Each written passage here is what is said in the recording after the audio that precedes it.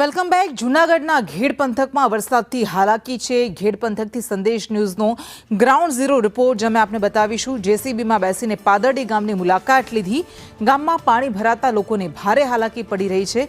વિસ્તારમાં જ્યાં જુઓ ત્યાં પાણી જ પાણી છે।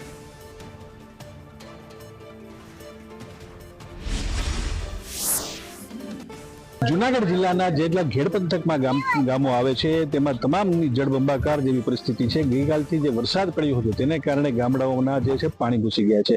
આજે આપણે પહોંચ્યા છે જે પાદરડી ગામ છે ત્યાં આગળ છેલ્લા 2 દિવસથી લોકો પાણીમાં જીવવા માટે મજબૂર બન્યા છે। દર વખતે આવી જ રહી છે, બરોબર।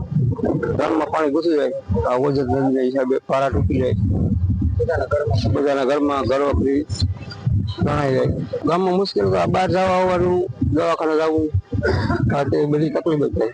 અત્યારે અમારા ગામમાં એવું અચાનક પાણી આવી ગયું છે જેથી નદીઓના પારા તૂટી ગયા છે અને પ્લોટ વિસ્તાર છે જે ગામનો જે અત્યારે ઘરોમાં પાણી ઘૂસી ગયા છે અને પરિસ્થિતિ અત્યારે બહુ ગંભીર જેવી લાગે છે। પણ અત્યારે થોડું પાણી ઉતર્યું એટલે જરાક સરભર થયું એવું લાગે છે અમને।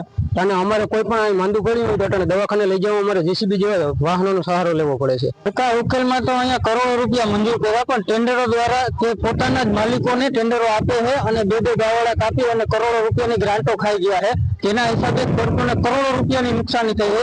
અત્યારે ગામમાં એવી પરિસ્થિતિ છે કે કોઈ પણ ઘરમાં જમવાનું જે અનાજ હોય છે ને એ અનાજ પણ પલળી ગયું છે, કોઈ પૂછવા વાળું નથી। ખાલી મત માંગવા માટે થઈને જ રાજકીય લેવલના માણસો આ ગામમાં સંપર્ક કરે છે, બાકી કોઈ સંપર્ક કરતા નથી। બધે મગફળીનું વાવેતર અતિ નુકસાની છે ને નદી ઓજત નદીના પાળા બધે તૂટી ગયેલા છે અને જે બાવાળાને જે કાઢવામાં આવ્યા હતા એ પણ પૂરા કાયદા નહોતા, એમાં મૂકીને વહી ગયા એટલે એને લીધે બહુ નુકસાની થઈ। કેતન સંદેશ ન્યૂઝ પાદરડી।